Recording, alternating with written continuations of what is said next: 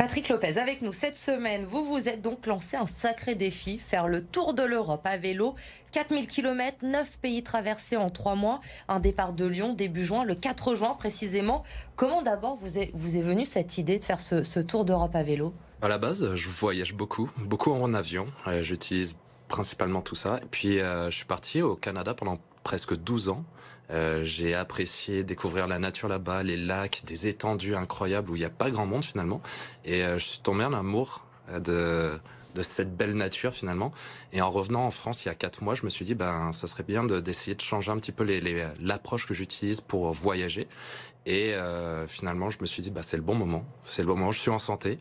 J'ai l'occasion de pouvoir voyager et j'ai envie d'avoir un défi personnel à travers tout ça. Et je me suis dit, est-ce que je peux le faire différemment, vraiment, peut-être en vélo et peut-être même sensibiliser les gens autour de moi. Alors vous allez prochainement partir de Lyon directement. Quel est votre itinéraire? Quel pays, quelle ville vous allez traverser? Alors l'idée, c'est de partir de Lyon. Je remonte un petit peu donc le Rhône jusqu'à son glacier. Donc je passe en Suisse. De la Suisse, je passe au Liechtenstein. Je vais faire ensuite l'Allemagne du Sud en allant vers la Bavière, en Munich précisément.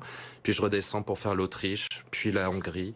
Et après, je reviens proche des terres. Donc je traverse toute la Slovénie, la Croatie, l'Italie et je reviens en France. Et on a aperçu le parcours en forme de poisson. Ça a un sens aussi. On en parlera dans un instant. Mais d'abord, sur ce défi, vous êtes coach en management. Vous avez décidé de démissionner pour faire ce tour d'Europe à vélo. Comment ont réagi vos proches quand vous leur avez annoncé ça? La plupart sont assez surpris et vraiment me trouvent extrêmement courageux finalement parce que moi j'ai l'impression que c'est rien du tout et eux ils voient une énorme montagne. En fait il va y avoir les Alpes devant moi et tout le monde me supporte énormément. Ma mère s'est quand même posé quelques petites questions pour savoir si tout allait bien. Elle vous prend pour un fou. Alors elle a pas dit ça exactement, elle a surtout dit est-ce que tout va bien? Et elle non, s'inquiète, c'est normal. Voilà, elle s'inquiète, c'est une maman, mais tout va très très bien, maman, je te rassure. Et non, finalement tous mes proches sont extasiés, ils sont même enivrés derrière mon voyage. Il y en a certains qui veulent même peut-être me rejoindre, fait que pourquoi pas. Et faire un grand tour d'Europe à plusieurs. Alors vous êtes ancien champion de France d'aviron. Exact. Je crois que vous vous êtes fixé comme objectif de faire à peu près 50 km par jour.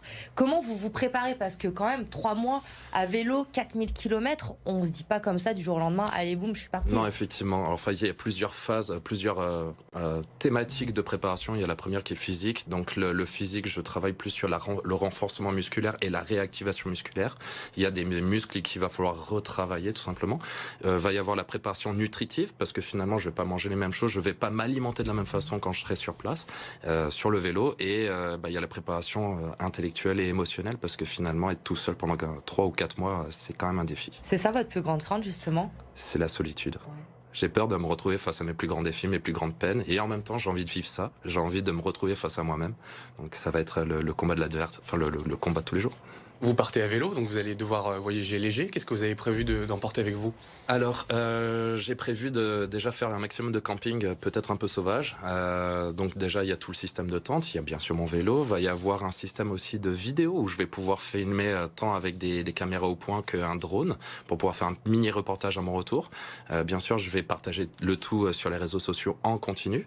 Et derrière tout ça, bien sûr, il y a tout le système pour pouvoir manger, donc la nourriture, va y avoir les affaires de rechange et de l'eau, parce que ça, je vais en avoir besoin. Est-ce que vous parlez de faire du camping sauvage, mais j'imagine qu'aussi ce genre de voyage, c'est l'occasion d'essayer de rencontrer d'autres personnes, d'autres cultures. Est-ce que, comme on le voit dans certaines émissions de télé, vous allez toquer aux portes pour essayer d'avoir un peu d'hospitalité? Alors oui, je vais faire ça, mais je vais peut-être utiliser aussi des applications. Donc il y a des systèmes de couchsurfing spécial pour les cyclistes, où on va pouvoir se laver, parce que forcément sur un vélo, on transpire beaucoup. Et je vais essayer de rencontrer quand même pas mal de personnes, même si dans certains pays, j'ai l'impression que ça va être un peu plus particulier. Alors un tel voyage, c'est aussi un budget. Vous lancez, je crois, aussi une cagnotte participative pour qu'on vous aide. Combien ça coûte un tel voyage? Alors, il y a deux choses. Le budget que je veux aller chercher aujourd'hui, c'est aux alentours des 7000 euros. Ça vient comprendre donc tout le matériel de vélo, le camping, tout ce qui est matériel de vidéo, et puis tout ce qui va être hébergement et nourriture, bien sûr. Derrière tout ça, effectivement, il y a un système de cagnotte. Ça va être plutôt pour l'association que je veux soutenir derrière tout ça. Oui, parce qu'on le disait tout à l'heure, vous voulez sensibiliser à l'environnement et vous avez choisi de soutenir une association en particulier pour ce voyage. Exactement. En fait, je veux soutenir The Ocean Cleanup, qui est une organisation qui vient dépolluer les océans, d'où le petit poisson.